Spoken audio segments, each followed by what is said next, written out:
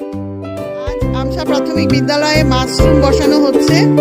আমরা সবাই দেখি কিভাবে আমাদের মাস্টারমশাই, ছাত্রছাত্রী, রাঁধুনি দিদিরা এবং আমাদের ম্যাডাম সবাই মিলে বসে মাশরুমের জন্য প্রিপারেশন নিচ্ছেন, মাশরুম লাগাচ্ছেন। আমরা এটা নিয়ে তৃতীয়বার মাশরুম চাষ করছি। আশা করি আপনারা দেখেও আনন্দ পাবেন যে এখনো পর্যন্ত প্রাইমারি স্কুলে চেষ্টা করা হয় অনেক কিছুই করতে, কিন্তু সময়ের অভাবে আমরা করে উঠতে পারি না।